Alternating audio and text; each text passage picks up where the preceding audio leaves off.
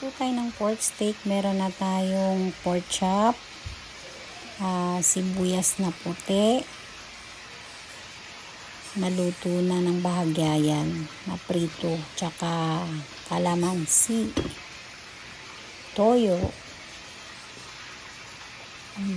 Hindi nakalagay dyan yung tubig tsaka paminta. Ayan, sinalang na natin, ipiprito natin yung pork chop. Hindi ko na napakita yung lagay ng mantika. Ayan, ibabaliktad lang natin.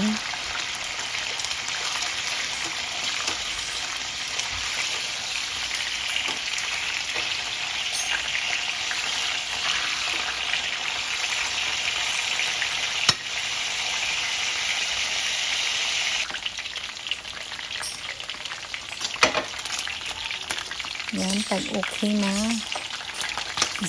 isang tabi lang natin para mamaya matimplahan. Mababad muna kahit sandali. Magsalang pa tayo kasi medyo marami-rami, 8 perasong pork chop ang nabili kasi para isang lutuan lang.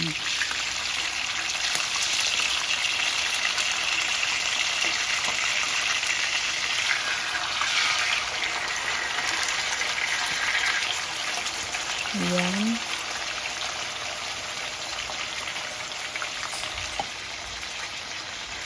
Kalipas ng ilang minuto, balik pa rin natin.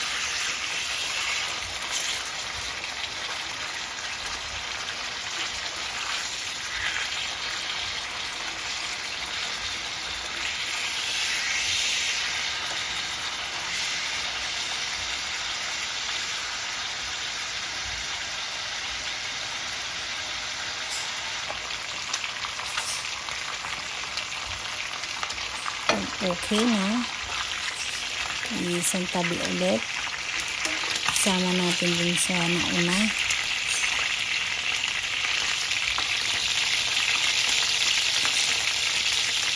Salang natin yung 2 piraso na lang.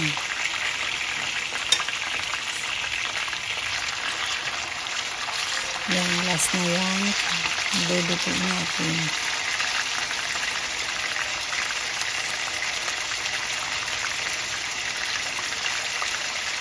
Ilang minuto ulit, saka natin babalik pa rin yung ngayon.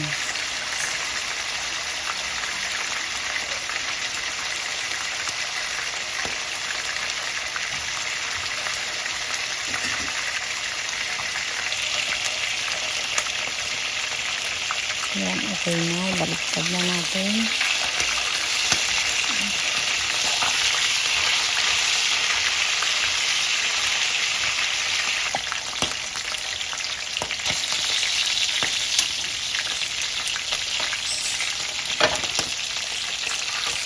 Yan, okay na. Pagsama na natin lahat. Saka natin sila lalagyan ng panimpla. Yan, meron tayo dyang toyo.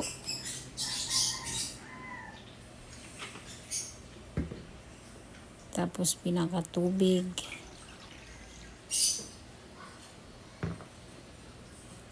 Kalamansi, sibuyas na puti, paminta, tsaka magic sarap, pampalasa rin, dagdag sarap. Yan, lagyan lang natin ng konti doon sa naluto nating sibuyas, tsaka natin isasalang. Takpan lang natin para lumambot ang karne.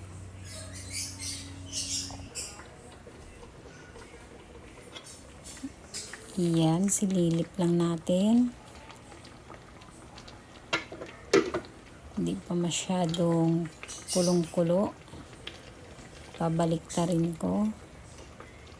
para yung nasa ilalim, nasa ibabaw, malagyan ng timpla.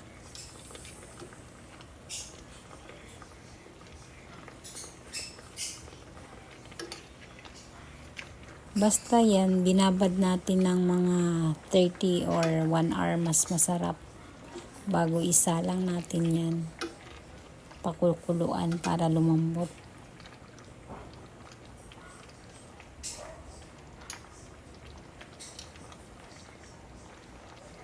Takpan lang natin ulit. Yan, tingnan natin. May kulong-kulo na siya. Baliktarin lang ulit.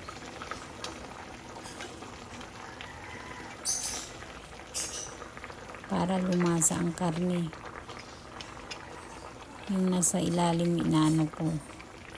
Pinapaibabaw para yung nasa ibabaw mailagay din sa ilalim, magkaroon siya ng timpla.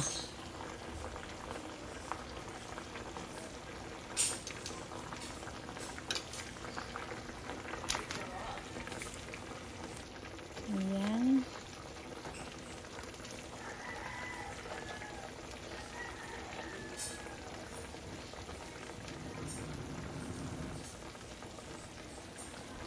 Tapos takpan natin siya ulit kasi medyo matigas pa eh. Okay. Lagyan na natin ng sibuyas na puti kasi medyo malambot naman na.